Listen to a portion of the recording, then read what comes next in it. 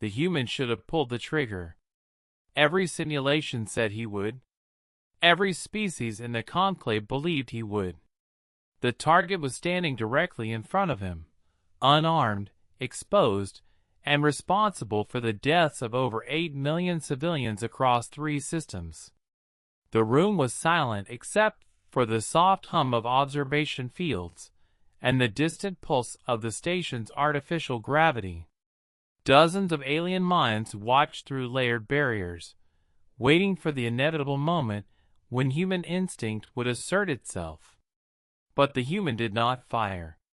He lowered the weapon, and in doing so, fractured the most dangerous assumption the galaxy had ever made. For nearly 2 centuries, humanity had been studied, catalogued, and quietly feared. Not because they were the strongest species, or the most intelligent, or the most advanced. They were none of those things. They were feared because of how they responded when pushed into a corner. Because when faced with extinction, humans did not retreat. They adapted. They escalated. They survived. The conclave called them kinetic sentients. A species whose default response to threat was motion, violence, and relentless pressure. Where other civilizations calculated risk, humans accepted loss. Where others waited, humans acted. Where others sought balance, humans broke it. That was why the conclave never intended to treat humans as equals. They were tools. Weapons that walked. Instruments of last resort. Lieutenant Elias Rourke knew none of that when he was recruited. He had been 27 standard years old, a rescue officer by trade, not a soldier. His record showed repeated insubordination, unauthorized evacuations, and one incident where he disobeyed direct orders to abandon a colony deemed strategically expendable. He stayed anyway. Saved 400 lives. Cost the fleet 2 transports and his own career advancement. That was why they chose him. Because humans like Rourke were predictable in one crucial way. They protected. They fought. They killed when necessary. Or so the conclave believed. The facility where Elias now stood did not exist on any star map. It floated between gravitational anchors in dead space, wrapped in stealth fields and legal deniability. Officially, it was a joint research station.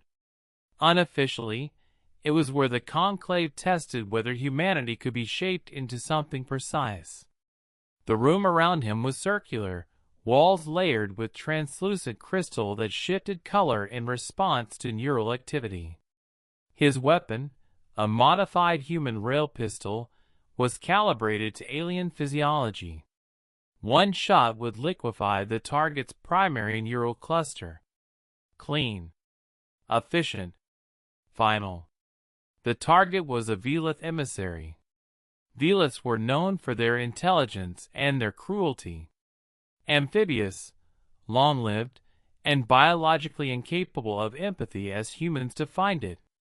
The conclave had tolerated them for centuries because they were useful. Strategists, manipulators, architects of proxy wars that weakened rivals without direct confrontation. This particular Velith had crossed a line. He had engineered a population collapse on the moon Keros Prime, starved the atmosphere processors, broadcast pleas for aid, then redirected the rescue fleets into ambush corridors. 8 million dead. The conclave condemned him, quietly, symbolically, and then handed him to a human. Elias stared at the Velith. Its skin shimmered with faint bioluminescence, calm and unafraid. It knew the outcome. It expected violence.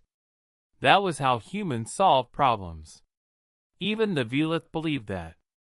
Proceed, came the command through Elias's neural link.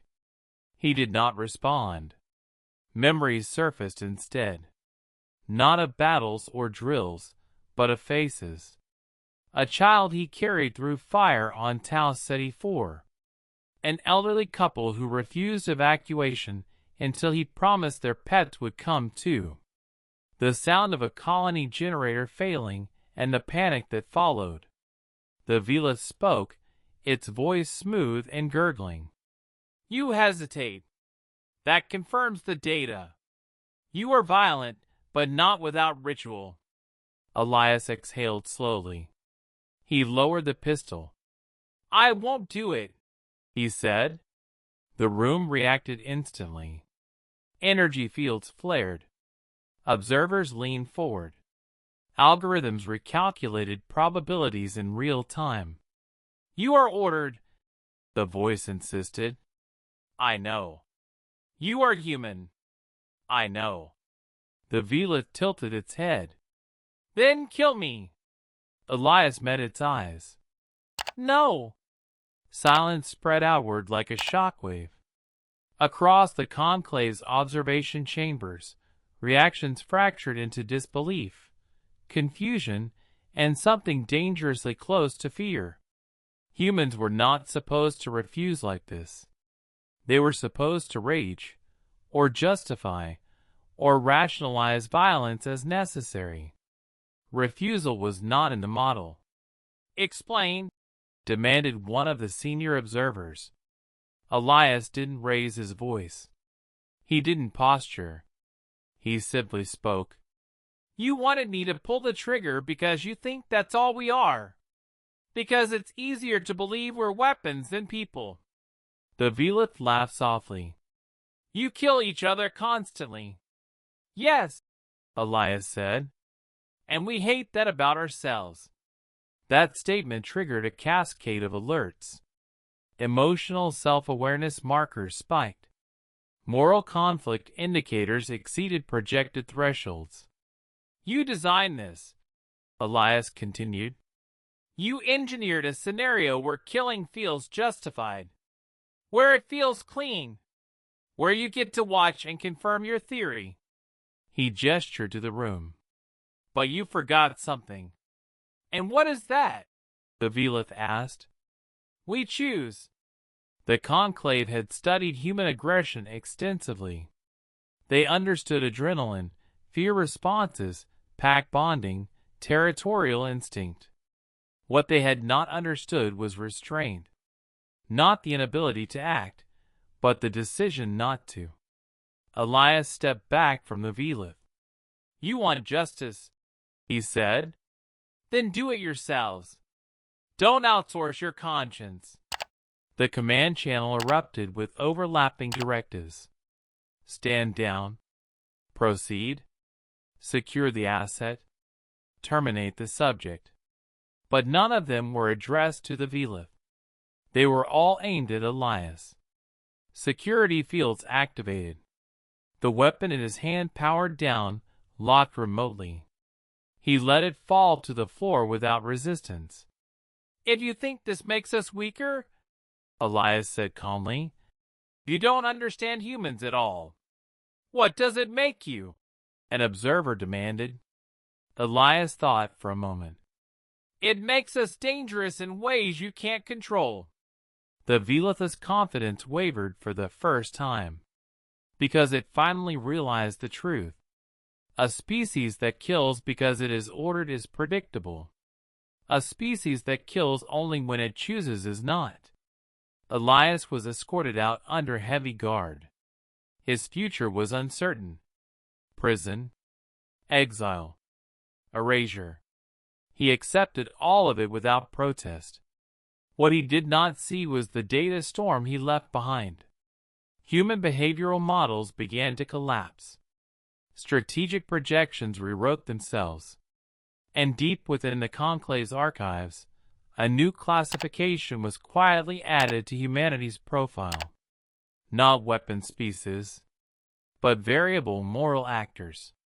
Uncontrollable, unreplicable, and far more dangerous than anyone had imagined. Before the day ended, a single question spread through the conclave's highest councils. If humans could refuse to kill, What else could they refuse? And what would they choose instead? Elias Rourke did not see the storm he had triggered. He saw only the corridor ahead of him, white and featureless, stretching longer than it should have. Gravity hummed beneath his boots as containment fields slid into place behind him, sealing the chamber where a single choice had rewritten centuries of assumptions. The guards escorting him were not human. They were Virex enforcers, tall and angular, their exoskeletal armor fused directly into their bodies. Their weapons tracked his vital signs rather than his movements, ready to neutralize him the instant his heart rate spiked beyond tolerance. Elias walked calmly anyway. Fear would not help him now. Behind layers of reinforced crystal and quantum isolation, the conclave convened an emergency session. 12 species, each ancient enough to have watched stars be born and die, each bound together by mutual survival rather than trust. For the first time since humanity's discovery, the agenda was not about containing humans. It was about understanding them. "He violated a direct directive," said the Thalrex arbiter, its voice a harmonic chorus. "That alone justifies termination." "No," replied Matron Celia of the warranty. "Termination answers nothing. He did not malfunction. He chose." "That distinction is irrelevant," snapped a Velith observer, its tone sharp with wounded pride. "The experiment failed. Dispose of the asset and revise the parameters." A silence followed. Then another voice spoke, low and deliberate. "The experiment did not fail." All attention turned toward the speaker. Strategist Kethvar of the MYR Coalition was one of the oldest minds present. His species had survived 3 galactic collapses by predicting behavior with ruthless accuracy. He had personally overseen humanity's initial classification. "What occurred," Kethvar continued, "was an unexpected data yield. He refused to kill," the Thalrex arbiter said. "That contradicts every prior engagement." "It contradicts our assumptions," Kethvar corrected. "Not their nature." Holographic projections flared to life around the chamber. Data streams, neural scans, emotional matrices, and behavioral probability trees cascaded through the air. At the center of it all was Elias Rourke. Human. Rescue officer. Non-combat specialization. "Observe the divergence," Kethvar said. "When placed under moral compression, the human did not default to violence. He defaulted to agency." "Agency creates instability," Sela replied. "Yes," Kethvar agreed. "Which is why it creates power." The conclave had built its dominance on predictability. Species were categorized, modeled, and constrained. Those who escalated too quickly were isolated. Those who adapted too slowly were absorbed. Humans did neither. They surged forward, then stopped. They destroyed, then rebuilt. They escalated conflicts, then ended them abruptly for reasons no algorithm could reliably predict. "That refusal," Kethvar continued, "was not weakness. It was leverage." Meanwhile, Elias was led into a holding chamber far beneath the station's primary decks. The walls were darker here, the light softer, tuned to human circadian rhythms. Someone had thought about his comfort. That bothered him more than chains would have. The door sealed behind him with a soundless click. "You're calmer than expected," a voice said. Elias turned. A woman stood near the far wall, human, dressed not in uniform, but in plain gray fabric. No visible restraints. No visible weapons. "I get that a lot," Elias replied. She smiled faintly. "Dr. Mara Ellison." behavioral systems analyst. I work for the Conclave. Elias raised an eyebrow. You don't look alien enough for that job. Neither do you, she said. Sit. He did. Mara activated a projection between them. It displayed the moment Elias had lowered his weapon, frozen in perfect clarity. Do you know why they're panicking? She asked. Because I embarrassed them? Because you broke the narrative, Mara said. They believed humans could be guided, pressured, and deployed like kinetic solutions. You demonstrated something else. And that is? That you're not weapons, she said. You're variables. Elias leaned back against the bench. You didn't seem surprised. I wasn't, Mara admitted. I've been arguing this for years. She changed the projection. New images appeared. Human civilians evacuating alien colonies. Human engineers repairing infrastructure on worlds they didn't own. Human medics treating enemy species without hesitation. You see brutality, Mara said softly. They see it too. What they miss is context. Humans are violent when they believe there is no other option. And when there is, Elias asked, you invent one. Elias studied her for a long moment. Why tell me this? Because they're debating what to do with you, Mara said. And your fate depends on whether you understand what you become. I'm not a symbol, Elias said. No, Mara agreed. You're a catalyst. Across the station, reactions continued to ripple outward. Velith leadership was furious. Their emissary's survival was an insult. They demanded Elias's execution, citing precedent and deterrence. The warranty proposed indefinite containment and study. The MYR coalition proposed something unprecedented. Release? Send him back, Kethar argued. Let his people see what he did. That risks destabilization, Seelai warned. So does suppression, Kethar replied. Humans respond poorly to secrecy. They notice patterns. They fill gaps. He paused, then added, often violently. That earned reluctant acknowledgement. Humanity had not achieved faster-than-light travel through patience or consensus. They had done it through iteration, failure, and stubborn refusal to accept limits. And Elias Rourke embodied that trait perfectly. In his cell, Elias listened as Mara explained the implications. They designed scenarios to see how far you could be pushed, she said. If you killed the Velith, it would have justified deploying humans as enforcement units in proxy conflicts. And because I didn't, they don't know what you are, Mara said. And that terrifies them. Elias frowned. You're human. Why work for them? Mara hesitated. Because someone has to translate, she said finally. If they only see humans as monsters or miracles, they'll never understand us. And you think I help with that? You already have. Mara stood, pacing slowly. Do you know how rare it is for a species to evolve moral choice under extreme pressure? Most intelligent life stabilizes by minimizing conflict.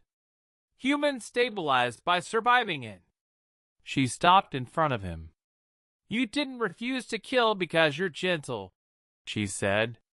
You refused because you're strong enough to choose restraint. That struck deeper than Elias expected. I didn't think about any of that, he admitted.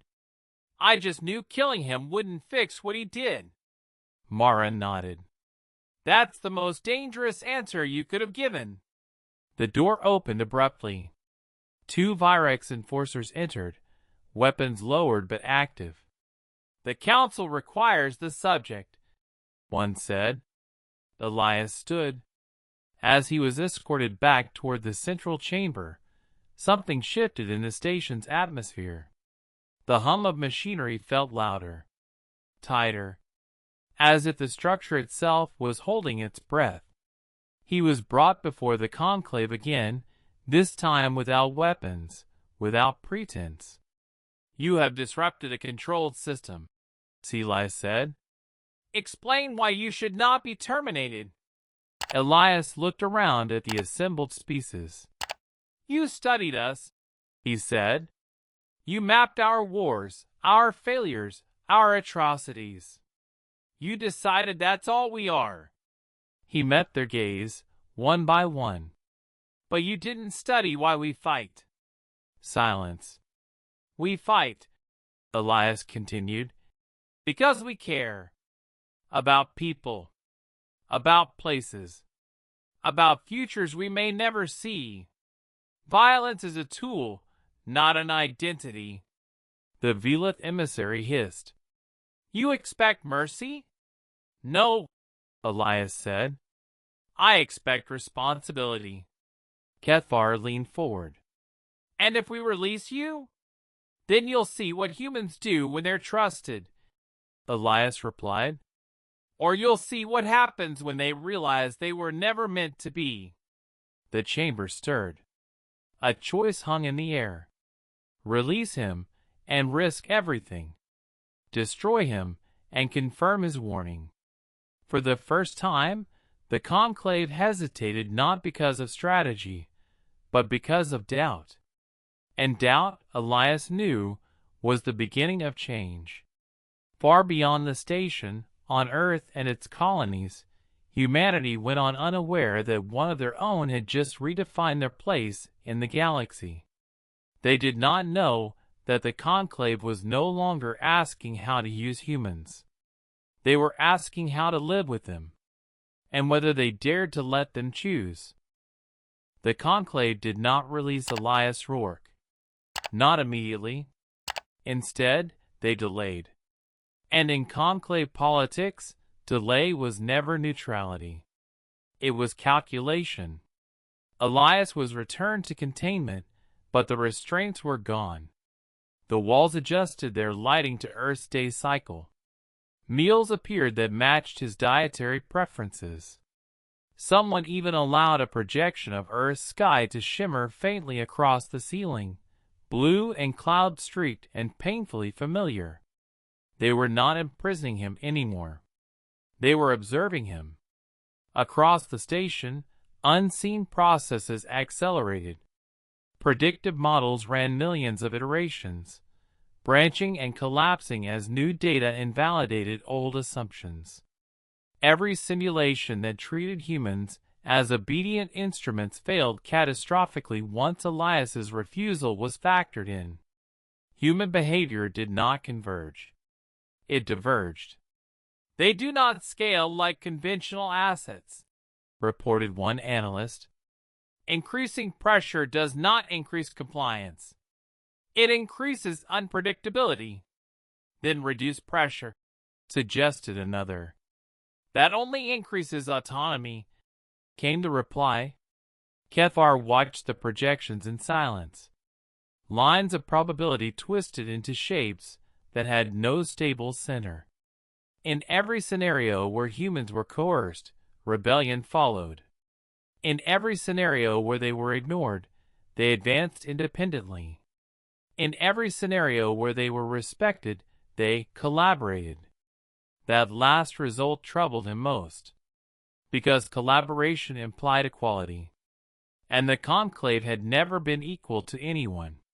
Elias sensed the shift even without being told. Guards no longer watched him with suspicion, but with curiosity. Some lingered longer than necessary. Others asked questions they were not authorized to ask. "Why didn't you kill him? What would your people have done? Do humans regret?" He answered honestly. "Yes. Sometimes. Always." Mara visited him again on the fourth day. "They're fracturing," she said without preamble. Elias sat on the edge of the bench. That bad? That unprecedented, she replied. The Velith are threatening withdrawal. The Warranty are calling for ethical review. The MYR are quietly contacting Earth. Elias looked up sharply. Earth doesn't know any of this. They will, Mara said. Soon. She activated a projection. It showed human space, small compared to Conclave territory but dense with activity. Trade routes, colonies, research hubs. Humanity was expanding outward in uneven, chaotic bursts. They were content to observe you from a distance, Mara continued. But now they're afraid of what happens if you find out. Elias felt a chill. Find out what? That you were never meant to be partners, she said. Only solutions. Elias stood. That ends now. Mara studied him. You still don't understand your leverage, do you? I understand choice, Elias said.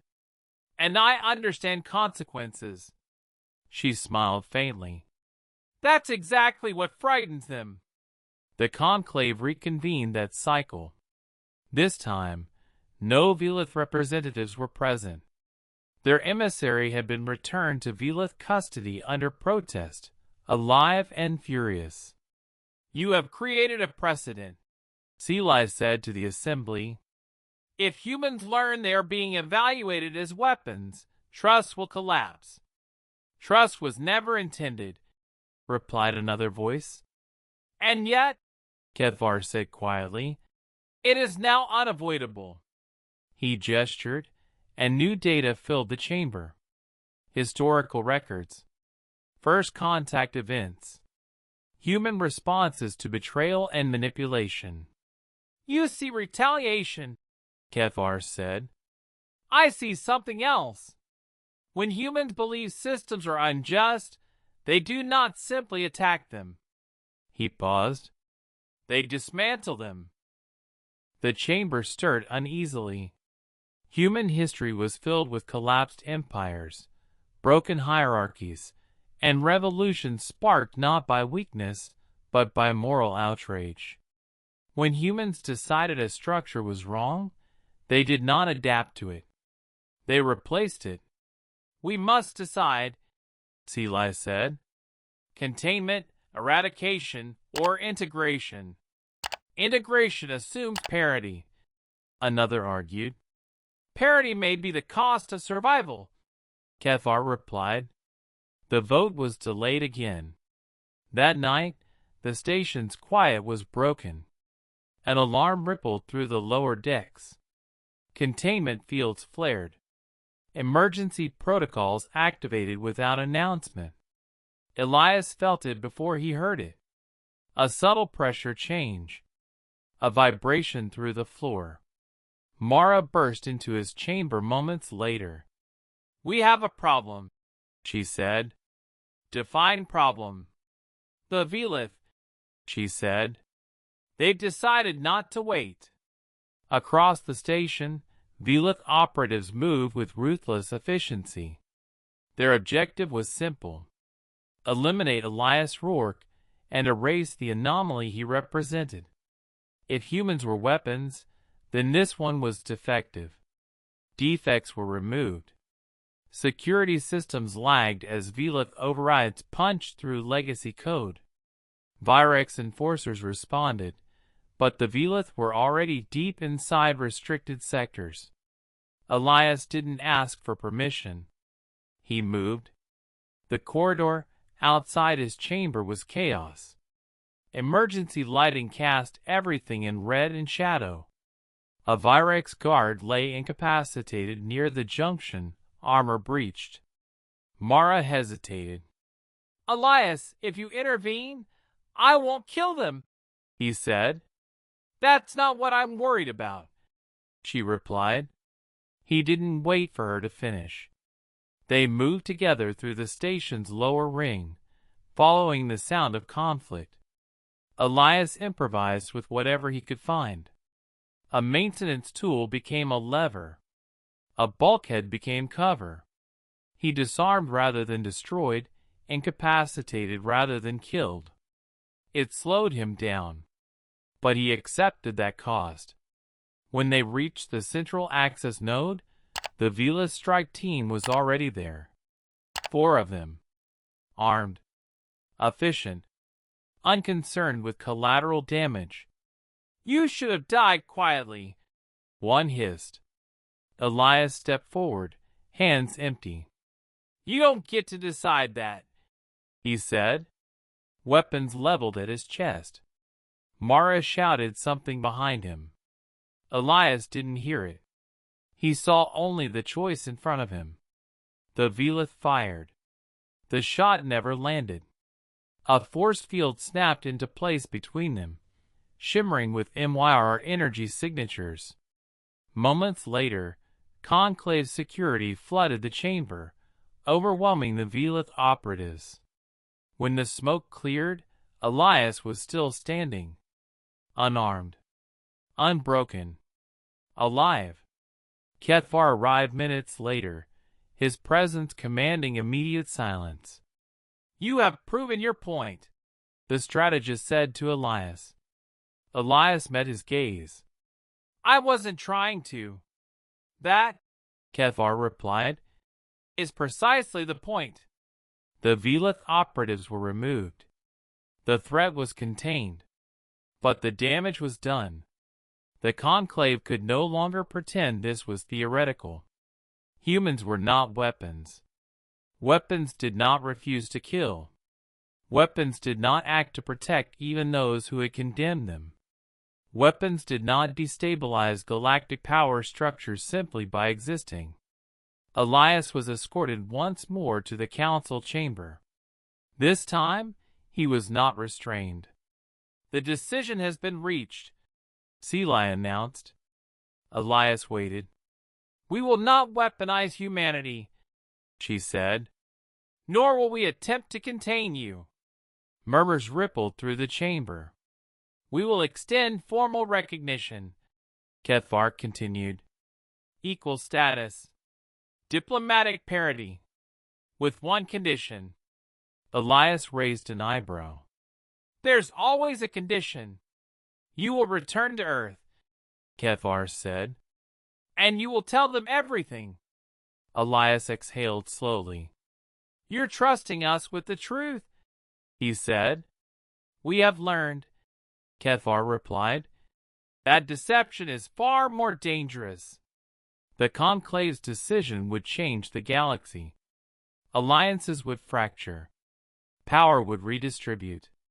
Ancient species would have to reckon with a civilization that could not be controlled, only understood. As Elias prepared for departure, Mara walked beside him. "You realize what happens next," she said. "Yeah," Elias replied. "Nothing stays the same." She smiled. "That's very human of you." Elias looked back once at the station, at the place where he had been tested, threatened, and nearly erased. "I just refused to kill," he said quietly. "I didn't mean to start a revolution." Mara met his eyes. "History is full of people who say that," she replied.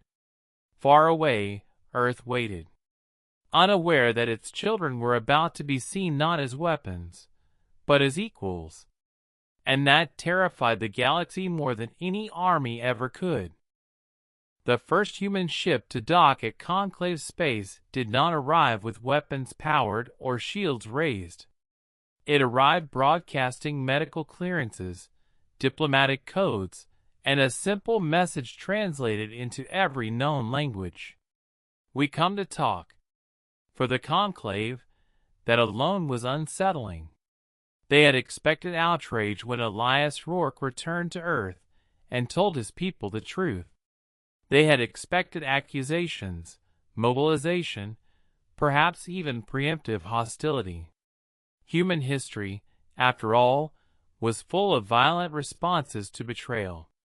Instead, Earth responded with something the Conclave had never modeled: deliberation. Elias stood before the United Earth Assembly, recounting everything. The experiments, the assumptions, the moment he was ordered to kill and chose not to. He did not dramatize it. He did not soften it either. He told them exactly what the galaxy thought humans were. Weapons. When he finished, the chamber was silent. Not angry. Thinking. Humans argued, as they always did. Some demanded immediate withdrawal from galactic politics.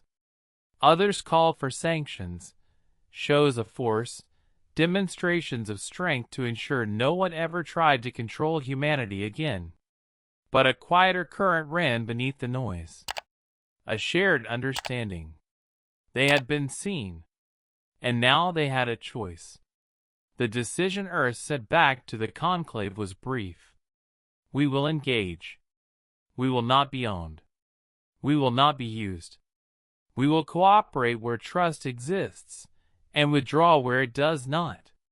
If you want weapons, build them yourselves. If you want partners, speak to us.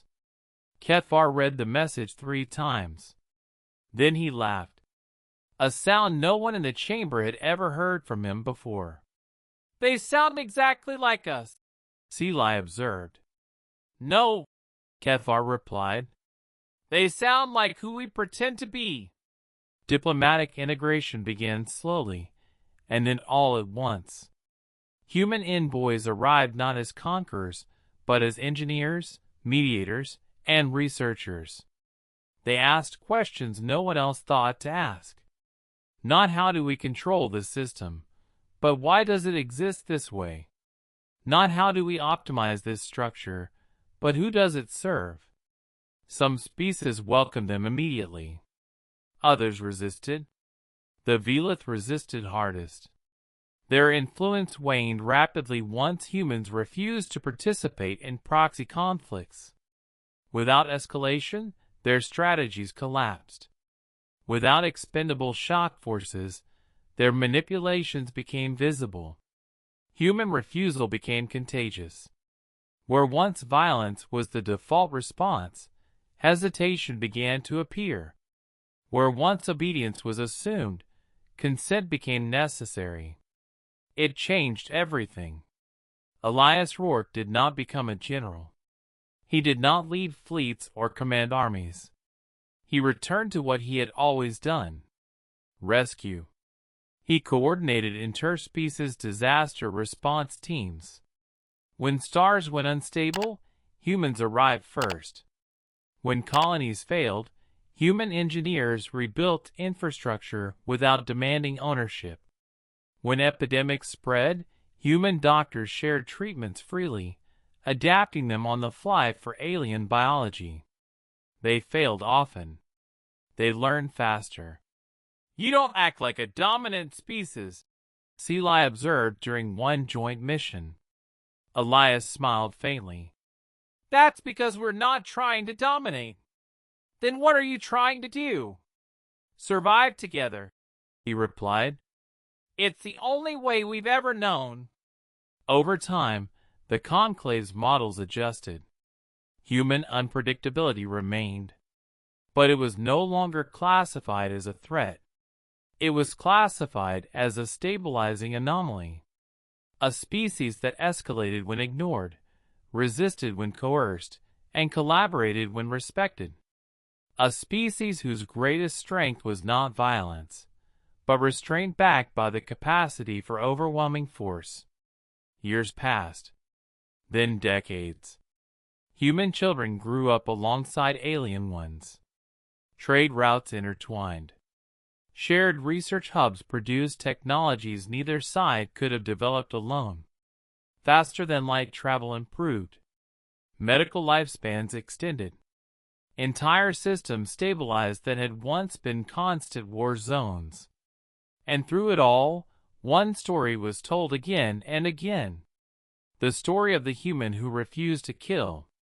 Elias aged, as humans did. His hair grayed. His movements slowed.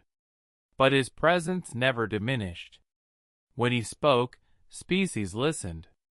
Not because he threatened them, but because he reminded them of a choice. On his final visit to Conclave space, Elias stood once more in the chamber where it had all begun. The crystal walls reflected a thinner, older man, but his eyes were the same. Kethvar stood beside him. "You changed us," the strategist said quietly. Elias shook his head. "No. You changed yourselves. I just said no." Kethvar considered that. "Do humans understand what they became?" Elias smiled. "We're still figuring it out." He looked out through the chamber's transparent wall, where stars stretched endlessly in every direction. "When you first found us," he said, "you saw what we do and pushed." "Yes," Kethvar replied, "but you didn't see what we do when given a choice." The strategist inclined his head. "We see it now." Elias returned to Earth not long after. He died peacefully years later, surrounded by people from a dozen species who had come to say goodbye. No statues were erected in his honor. No fleets bore his name. That was how he wanted it. But his legacy lived on in every place where a trigger was not pulled. In every conflict resolved without annihilation. In every species that learned restraint was not weakness. Centuries later, when historians documented the moment the galaxy truly became a shared civilization, they did not mark it with a treaty or a war. They marked it with a refusal. A single human, standing in front of an enemy, choosing not to kill, and forcing the universe to adapt. Before the stars, before the fleets, before the empires, humanity had been asked one question. What are you really? Their answer echoed across the galaxy. We are the species that can destroy you. And the species that chooses not to. And in that choice, the galaxy found something it had never known before. Hope.